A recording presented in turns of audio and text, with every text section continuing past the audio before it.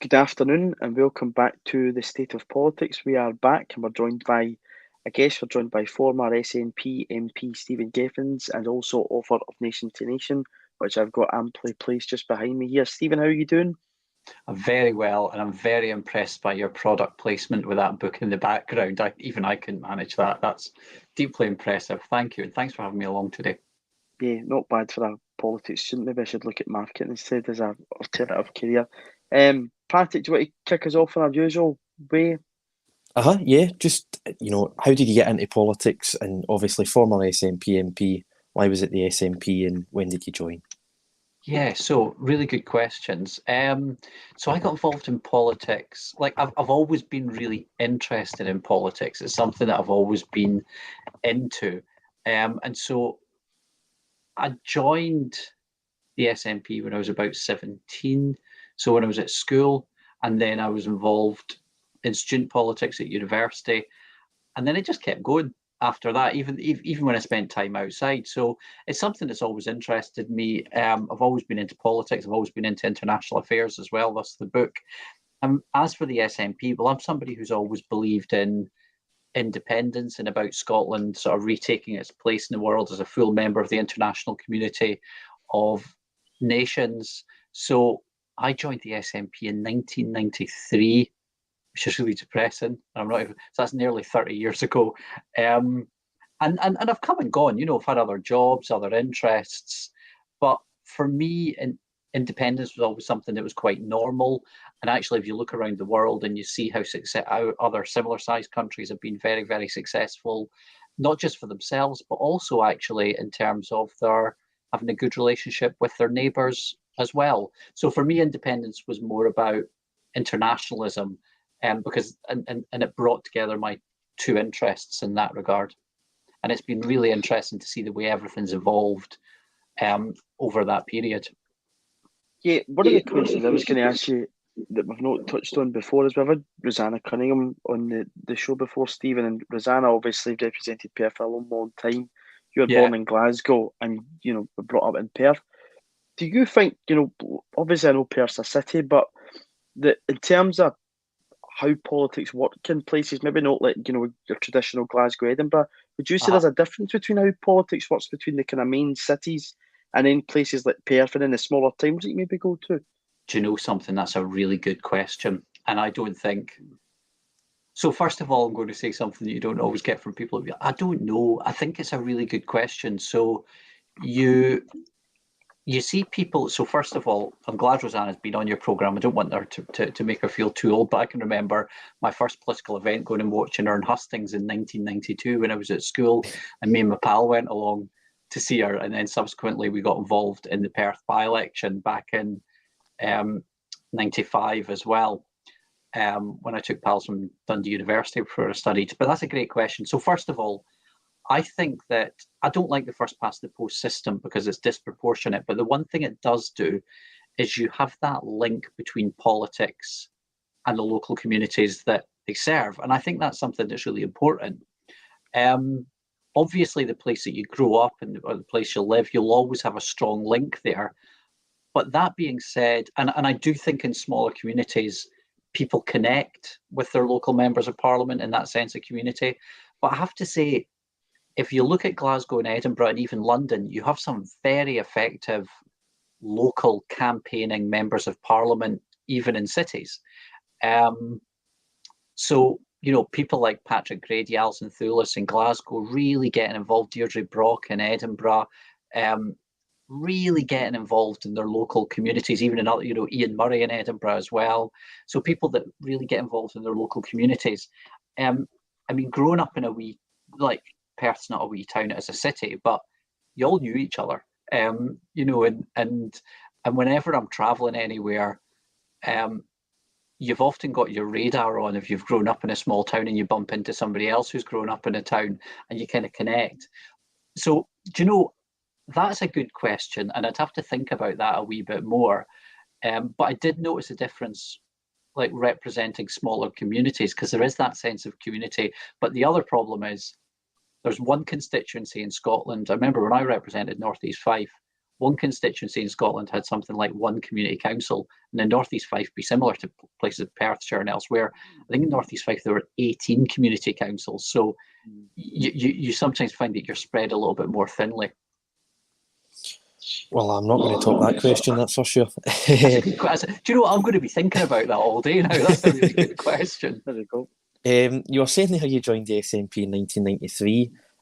Obviously, 1993, John Smith was the Labour leader, and he's always spoken very highly about by everyone. You know, he seemed like a very honourable man, died before he had the chance to go into an election. Having a Scottish leader in London, did that not ever sort of sway you in a way to say, oh, look, we could have an influence, or was independence set in stone definitely what you wanted from a young age? Yeah, no, it really hasn't. I mean, look, John Smith, I know his widow, Elizabeth Smith, very well. I'm a trustee of the John Smith Trust that helps young kind of academics, business people, politicians, helps them in their career, especially in the former Soviet Union, an area I used to work. John Smith Trust has done some great work, and I've got respect for John Smith. I've got respect for folk in lots of different political parties. I think some people say, oh, you shouldn't have friends in other political parties. I think that's nonsense. You know, what a dull world it would be if we all sat about agreeing with each other. But as for that, no, and with the greatest respect in the world, for me, it was about, it's not about your ethnicity. It's not about the fact, oh, John Smith's a Scottish person, therefore that will give Scotland some kind of primacy within the UK. It shouldn't give Scotland primacy within the UK. This is about what is the best mode of governance. It's as dull as that. What is the best mode of governance to help us be a better global citizen, to help deliver better public services, to provide more opportunities for the generations who come after me?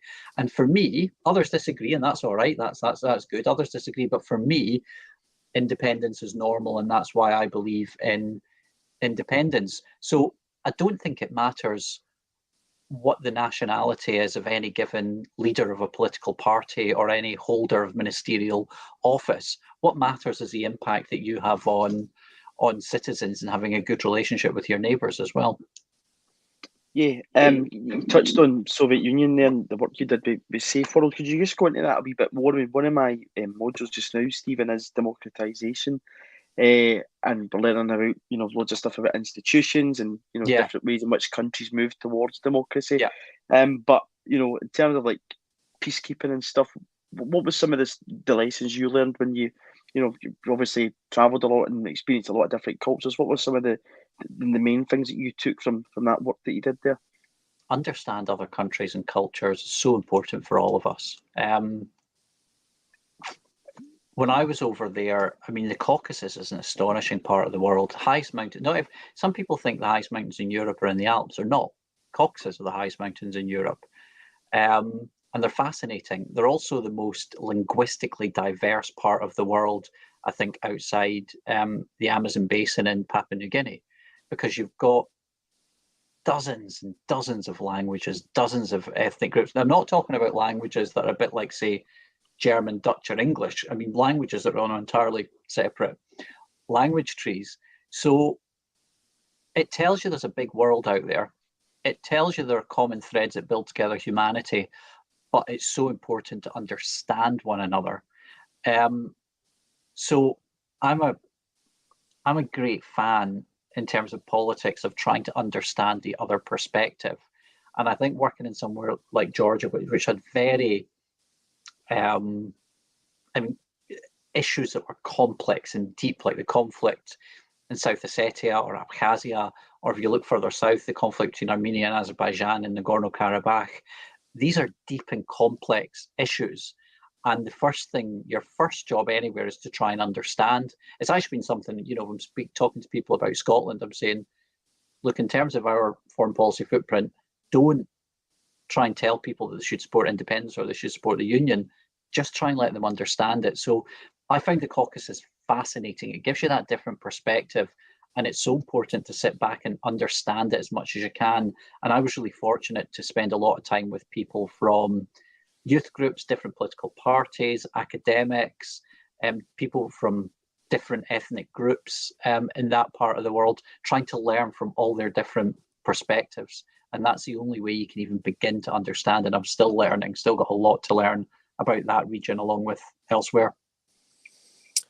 Stephen, where do you think that fascination came from with that region in particular, and then also your interest in foreign affairs and sort of international relations? Because it's something that you've sort of carried on when you're an MP at Westminster and then with your book as well. I've always been really interested in other countries. You know, I can remember my granny talking to me about places like Afghanistan. It just seemed fascinating. I can remember looking out the window of a school classroom thinking there's a big world out there, you know, and I think it's something that so many of us have got. There's a big world to explore, and it's fascinating, it's interesting. And there's another, and I'd recommend it to anybody. My granny gave me a book called Eastern Approaches by a guy called Fitzroy MacLean.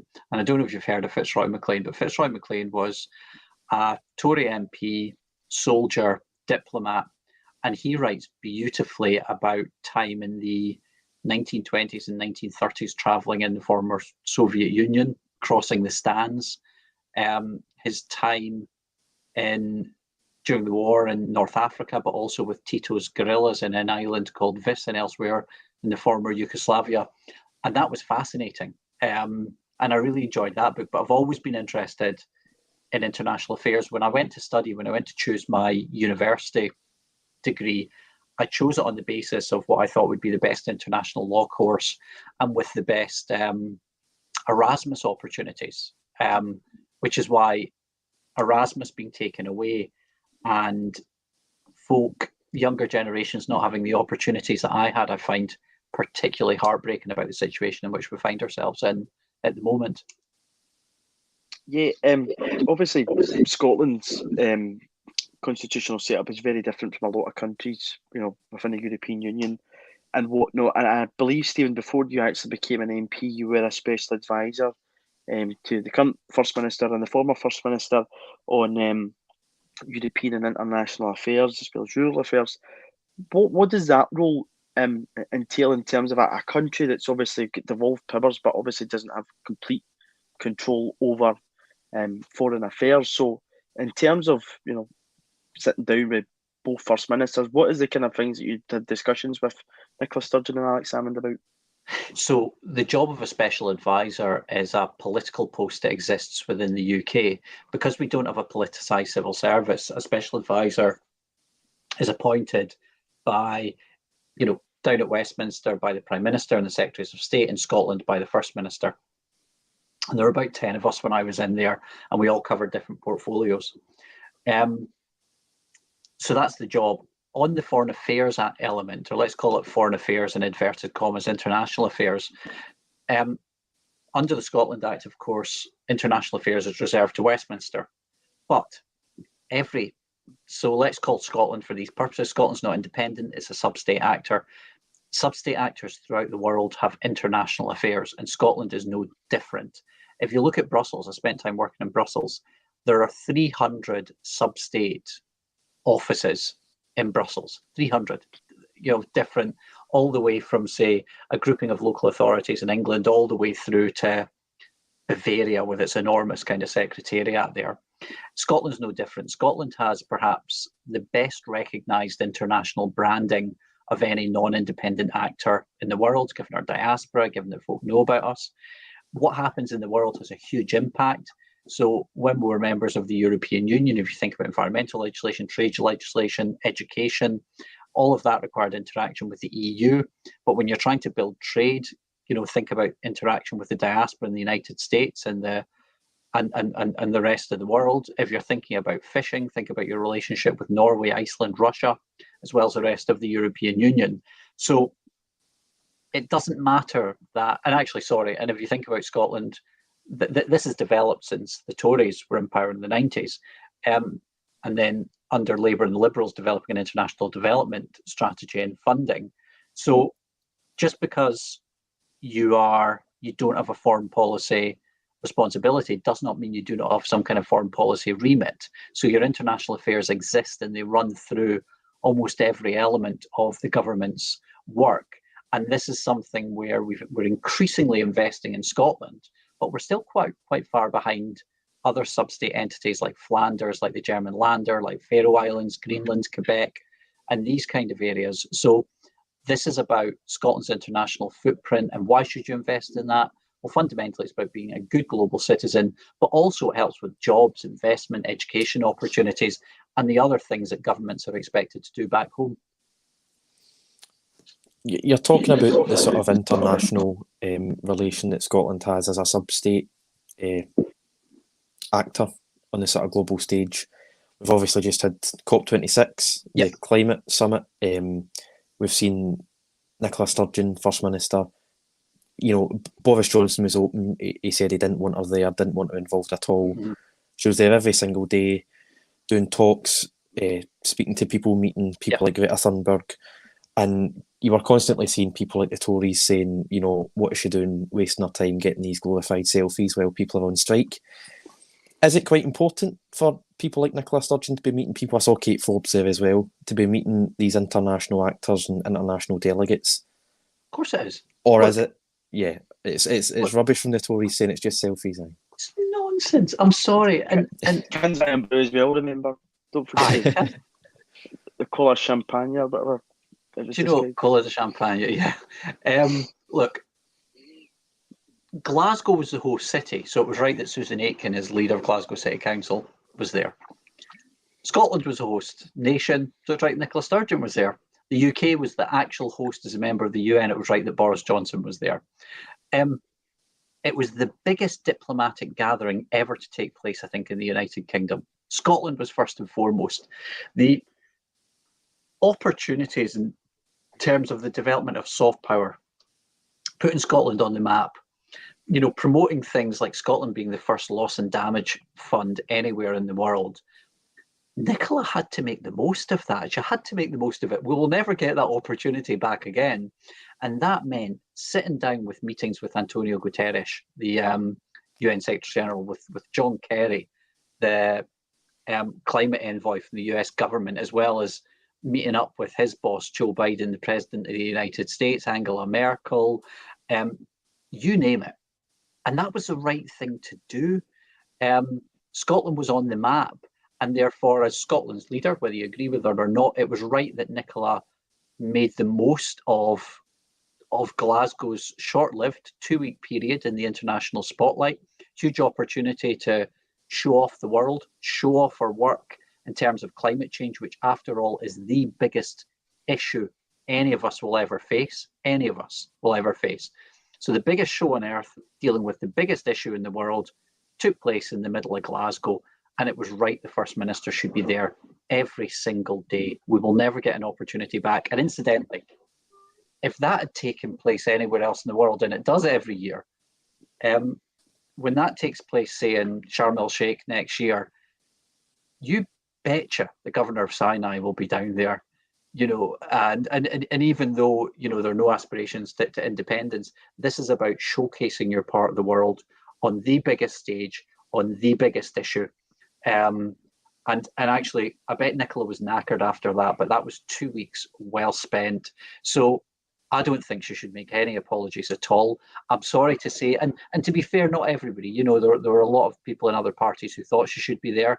But I think for people to criticise the First Minister not to be taking this issue seriously when Glasgow's a host, I think it shows a small-mindedness. And incidentally, I'm somebody who believes in independence, but you don't have to believe in independence to think that our First Minister should be showing leadership and putting Scotland on the map on climate change, which also happens to be a responsibility of the Scottish Parliament. One of our commentators said that Nicola had to do the rims because the Tories used COP as a PR event, and it did almost seem that, Stephen, that Boris Johnson, as you say, Prime Minister of the UK, when the deal was needed done, he appeared and disappeared very, very rapidly, and it just didn't look as if he was taking it seriously. In terms of COP as a that 2-week event that took place in Glasgow, the question of independence just now from what it was in 2014 is very different. Scotland, of course, is now no longer a part of the European Union. Yeah. In terms of European, Union states, they will look at Scotland in a very different way because it's a country that, has a overall majority of people within the country that wants to be a part of the EU again. It would be in the interest of the EU for an independent Scotland to exist. In terms of America's relationship with the UK, We've obviously saw the image of Joe Biden meeting up with Nicola Sturgeon. You know, how do you think international actors, countries now view Scotland in the global stage? It's very different from 2014, isn't it? So it is different from 2014. So let me talk about internal politics for a moment. I'm not a fan. I've heard folk who are pro-independence like me talking about India Ref 2. I don't like that word, India Ref 2. I like India Ref New. And I'll tell you why. India Ref 2 is a wee bit like, folk got it wrong the first time, let's rerun it. You know, it's just like a repeat of 2014 when it's not. It is a very, very, very, very different set of circumstances. Nicola McEwen, Professor Nicola McEwen of Edinburgh University, was talking about this at their Centre for Constitutional Change when she said, I think it was, she was speaking to people a few days ago, and she was saying, look, in 2014, you could argue that the balance of risk was more with those who believed in independence, that the change to the status quo was more with those who believe in independence. But things have changed. Post-Brexit, the balance has shifted, so there is no status quo. The UK is changing quite radically at the moment. So if you choose to remain part of the Union, you're choosing a very different United Kingdom from the one that you were choosing in 2014. Boris Johnson's government, whether you agree with him or not, are a radical government in that regard. Also, Scottish independence this time, you're seeking to rejoin the EU. And what you're trying to do is that, in terms of rejoin the European Union, is you're actually, in some ways, one might argue, you're undertaking the more boring mainstream option. There are 27 other models you can follow of what is a normal independent country within the EU. There is only one model of what a previous member of the EU that has stepped away from the EU and is starting to diverge away from the EU looks like. So you can say that remaining part of the Union is the best option. You can say that Britain is the best option. That's entirely legitimate. What you can't say is that that represents status quo. It just doesn't. So when you look internationally, first of all, I think people get independence in a way they didn't before, because even before you speak to people and they'd think it was some right-wing nationalist sort of idea, whereas actually if you look at it, which is pro-fighting climate change, pro-immigration, pro-European Union membership, you are returning to the progressive mainstream of European politics, and the SNP represents that. Now, what it doesn't mean is that you will not get Emmanuel Macron, Angela Merkel, or Mark Rutte coming out chapping doors in Glasgow, Perth, St Andrews, or Dundee. What they'll say is this is an internal issue. And actually, I think that's the way it should be. Decisions on Scotland's future should be for people who live and work in Scotland, regardless of where they come from, but it's for people who live and work in Scotland. So I think there's a greater understanding in the international community. There's a great amount of sympathy in the international community, but fundamentally, this is about, but fundamentally, the international community will remain largely neutral on the question.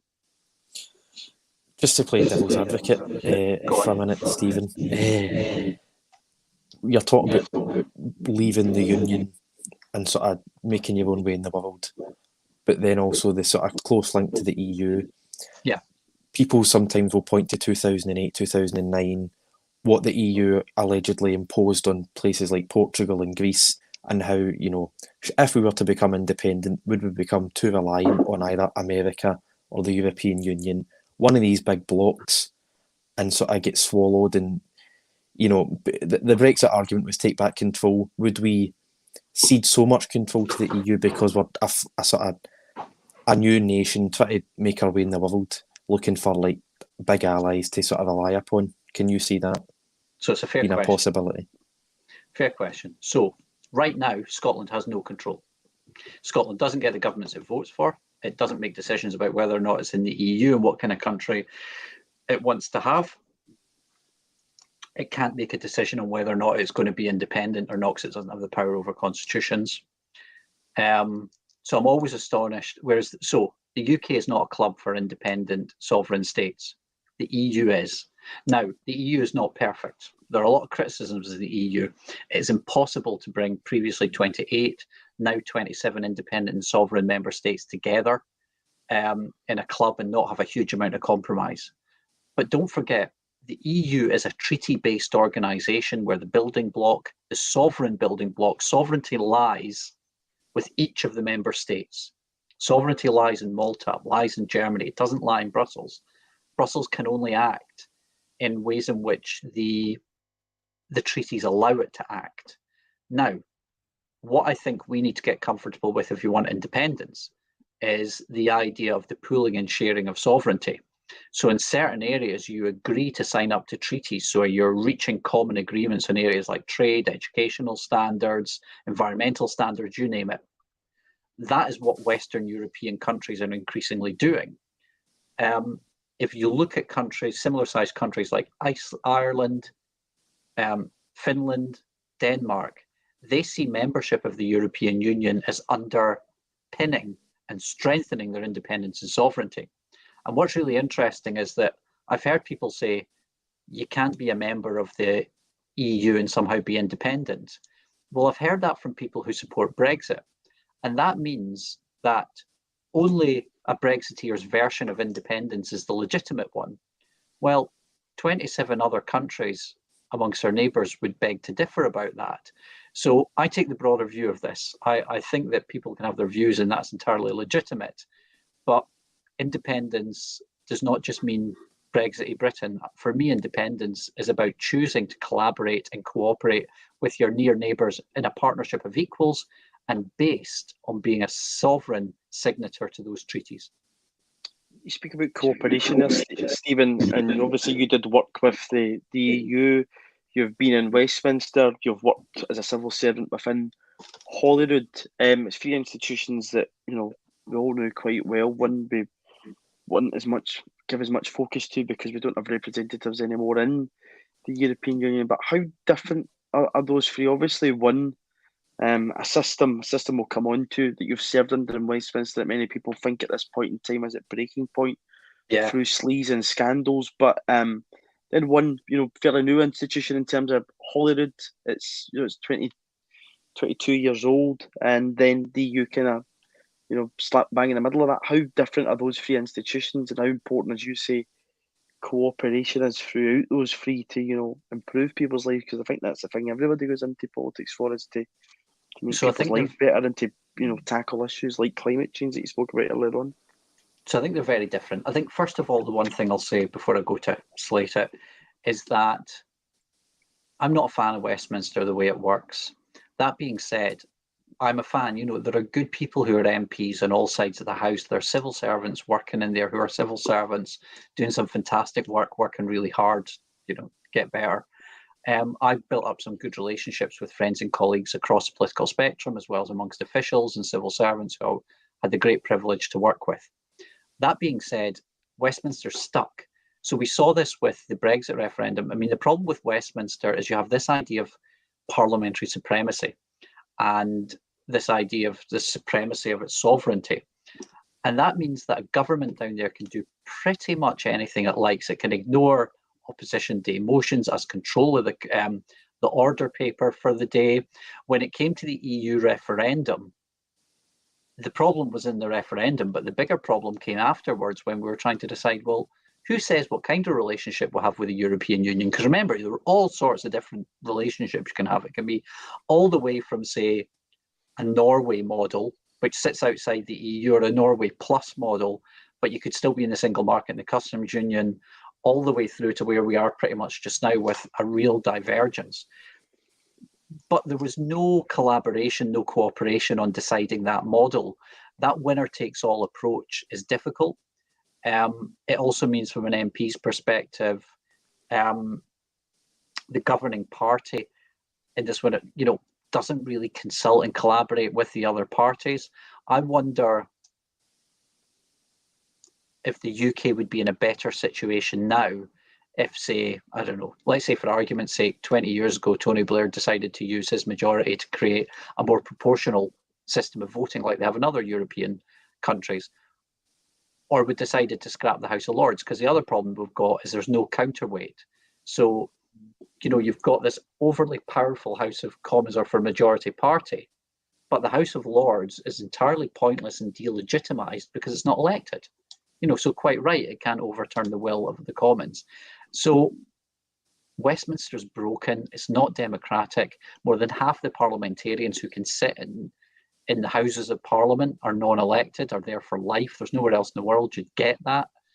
And that winner-takes-all approach, I think, has led to the extreme situation we're in just now, whereby Brexit is going to make people poorer, it's going to hit the most vulnerable in society, and we have no written constitution, and so that is absolutely a breaking point.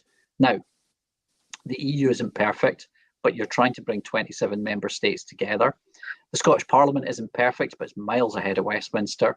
You have a bigger role for different parties, more accountability for ministers. You have that proportional system of governance as well, which makes coalitions, minority government, and others much more likely. And that means that you have to listen to the views of others. So I think Westminster is broken, and I think the sad state of affairs that we're in, with the UK being increasingly isolated and getting poorer, is a direct consequence of the of the situation in which we're in, and of the voting system. Just to sort of jump forward to your time at Westminster, obviously you were part of 50 new MPs elected in 2015. And, it's sort of seen as this one SNP group, but you probably didn't know a lot of the 50 that were first elected. You might not have even known the 6 that were already there. You'd obviously had experience as an advisor to Nicola Sturgeon and Alex Salmond, so you'd have spent some time in Holyrood and probably at Westminster as well. How much of a breath of fresh air do you think the 50 new MPs were? Did they shake it up enough? Because obviously it's still quite an archaic place to be, and a lot of people will sometimes talk about saying, we should do what Sinn Féin do and not send any people down at all because we don't even want to be part. Yeah. Do you think we're maximising our potential? So let me unpack that question. There's 3 different bits, but when the 56 went in, do Sinn Féin, are we maximising our potential? On that question of when we first went down, so I was in an unusual situation. I did know a lot of the folk because I'd been involved as a special advisor in the government. I'd also been a member for a long time. I'd been a campaigner going around during the independence referendum. I knew quite a lot of the folk there. And those that I didn't, and as a group, the group got to know each other quite quickly, because there are 56 of us. We're in the same boat in that we were all sort of travelling to and from together every week. So we had that in common. So you get to know each other, and 56 not that big. There was a shaking up, because you have to remember, the difference between the SNP and the other political parties is we're not of Westminster. We do not see a long-term future for ourselves in Westminster. So when we were challenging the traditions, like the most famous would be like clapping in the House, said you're not allowed to clap. Well, yes, we are. We're going to clap, because that's what normal people do out there. When it came to being respectful to the House of Lords, we were saying we have no ambition to sit in the House of Lords, so we will call it out for the democratic abomination that it actually is. So I think that challenging, and you saw things changing over time as well. I think what was the second bit of your question? Oh yeah, the sort of question as of Sinn Féin. On the other question of Sinn Féin, it was frustrating. It was difficult to get things done, and we saw the mess of the Brexit mess when the government would not consult with the SNP, wouldn't consult with the Scottish government in the aftermath of the referendum. But Sinn Féin aren't there. And now, it's not for me to comment on Sinn Féin's reasons. That's not for me. That's for Sinn Féin, and people in Northern Ireland can discuss and debate it. But what's your first priority as a constituency MP? Well, your first priority is to represent your constituents. And I can remember people coming to me with, the constituency I represented, there were 7 food banks in what's considered to be a reasonably wealthy constituency. There were benefits cases that we were having to help people out who didn't know how they're going to feed their kids at the end of the week. There were cases we were able to raise in the House over migration. I remember having to raise with the Prime Minister a case of a guy who couldn't get his 2 kids out of Yemen, for example, at the height of the war there. You were also at the table when it came to making arguments and making discussion and debate. You were part of the numbers when it came to voting on retaining our relationship as far as we could with the rest of the European Union. In the customs union vote, I remember to remain in the customs union, we lost that by 3 votes. There were 7 Sinn Féin MPs. Again, it's not for me to comment, but so I think from an SNP perspective, it is deeply frustrating. The commute's horrendous. I think it's a broken system, but I think that that while we're part of the United Kingdom, our constituents deserve to have their voices heard as much as we possibly can. And I think the SNP provide an effective voice of doing so. Could they do more? Of course you can. You can always do more. But it's getting the balance right with how do you work effectively in a system that is, I don't think, is terribly democratic and is broken. The responsibilities of being a constituency MP, which is, believe me, a full-time job. Incidentally, see the second job stuff, I have no idea how anybody manages it. I really don't. Struggled with the one job. You've got your committees where you can build relationships and build your ideas and have a direct voice into the influence over that. So there's always more that we can do. But it's always about getting a balance between providing a voice for the job you're paid for and what your constituents expect you to do, underlining the case that this is not as good as it could be, it can get better, and also having a role back home in your constituency office and trying to find some time for friends, family, and interests outside politics that I think are important for everybody. I used to find my week could be Monday to Thursday, Westminster, Friday, Saturday constituency, Sunday, as little as possible, trying to get family time. Not being a linesman at football games or leading I'd be a rubbish political party, no, nothing like that. You held my eyesight's deteriorated during lockdown, so and I'm biased to United anyway, so I'd be hopeless. Well, the person that does it part-time is a rubbish linesman or a rubbish party leader anyway, so it doesn't really matter anyway. But you held a couple of positions, Stephen, as a spokesperson on Europe for the SNP, and in 2017 you were in Ian Blackford's front bench as the spokesperson for international affairs in Europe.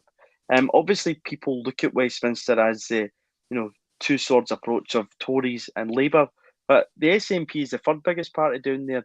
In terms of the role that you had post, third biggest party 2015, what does that entail as the third biggest party when we're looking at Europe and different affairs like that as a spokesperson?